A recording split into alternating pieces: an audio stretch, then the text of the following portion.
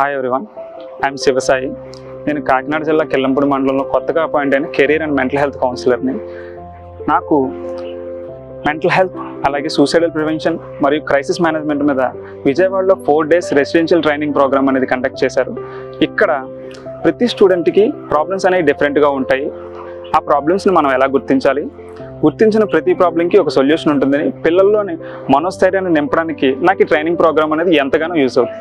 నేను ఇక్కడ నేర్చుకున్న ప్రతి ఇన్సైట్ని కూడా గ్రౌండ్ లెవెల్లో ఇంప్లిమెంట్ చేసి పిల్లల్లో ఉండే సైకలాజికల్ ప్రాబ్లమ్స్ని అలాగే సూసైడల్ టెండెన్సీని తగ్గించడానికి నాకు ఈ ప్రోగ్రామ్ అనేది ఎంతగానో యూజ్ అవుతుంది. అదేవిధంగా కొన్ని స్కూల్స్లో సబ్స్టెన్సెస్ యూజ్ అనేది ఎక్కువగా ఉంది.